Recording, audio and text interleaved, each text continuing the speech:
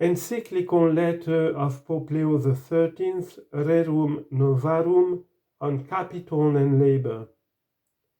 To our venerable brethren the patriarchs, primates, archbishops, bishops, and other ordinaries of places having peace and communion with the Apostolic See. Right and duties of capital and labor.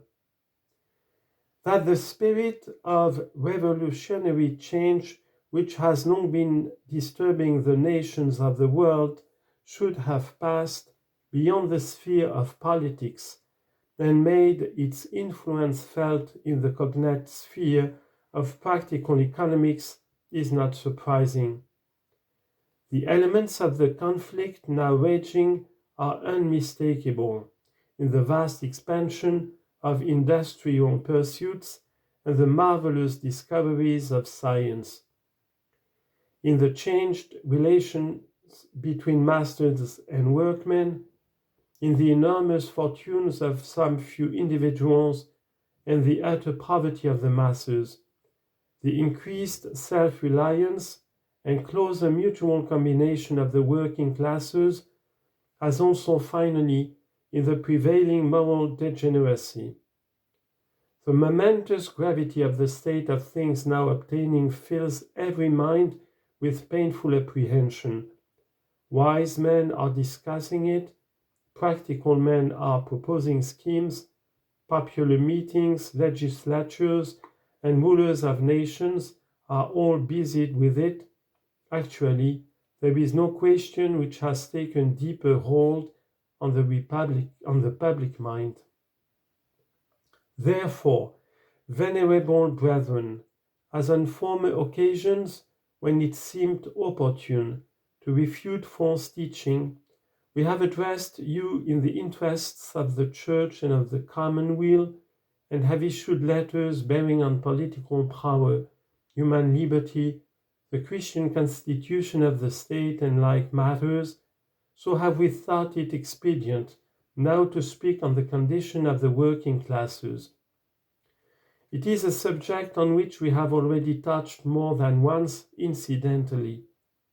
But in the present letter, the responsibility of the Apostolic Office urges us to treat the question of set purpose and in detail, in order that no misapprehension may exist as to the principles which truth and justice dictate for its settlement.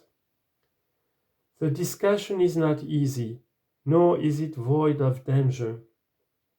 It is no easy matter to define the relative rights and mutual duties of the rich and of the poor, of capital and of labor.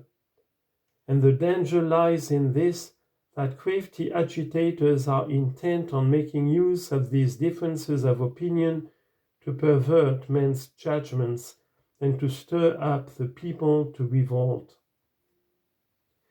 In any case, we clearly see, and on this there is general agreement, that some opportune remedy must be found quickly for the misery and wretchedness pressing so unjustly on the majority of the working class. For the ancient working men's guilds were abolished in the last century, and no other protective organization took their place. Public institutions and the laws set aside the ancient religion. Hence, by degrees, it has come to pass that working men have been surrendered, isolated and helpless, to the hard-heartedness of employers and the greed of unchecked competition. The mischief has been increased by rapacious usury, which, although more than once condemned by the Church, is nevertheless, under a different guise, but with like injustice, still practiced by covetous and grasping men. To this must be added that the hiring of labor and the conduct of trade are concentrated in the hands of comparatively few, so that a small number of very rich men have been able to lay upon the teeming masses of the laboring poor a yoke little better than that of slavery itself. To remedy these wrongs, the socialists, working on the poor man's envy of the rich, are striving to do away with private property and contend that individual possessions should become the common property of all, to be administered by the state or by municipal bodies.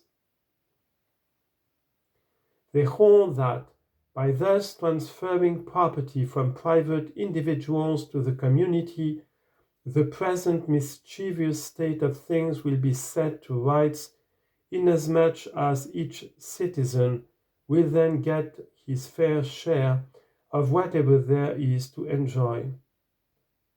But their contentions are so clearly powerless to end the controversy that were they carried into effect, the working man himself would be among the first to suffer. They are, moreover, emphatically unjust, for they would rob the lawful possessor, distort the functions of the state, and create utter confusion in the community. It is surely undeniable that when a man engages in remunerative labor, the impelling reason and motive of his work is to obtain property and thereafter to hold it as his very own.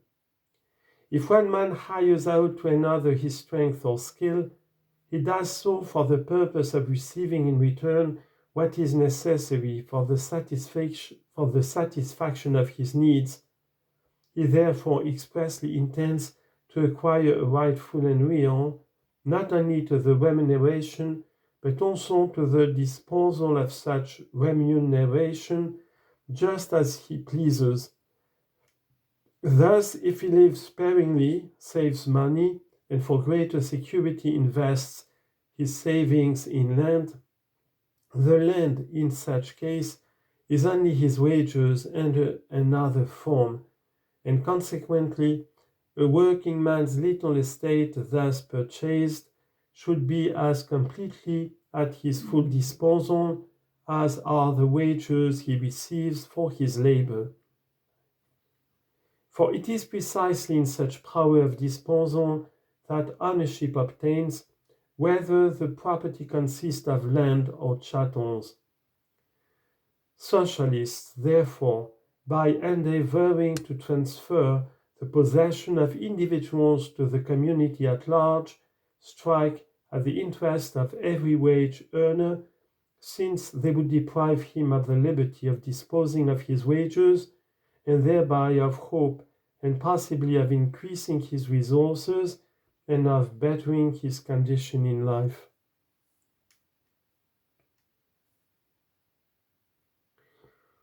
What is of far greater moment, however, is the fact that the remedy they propose is manifestly against justice.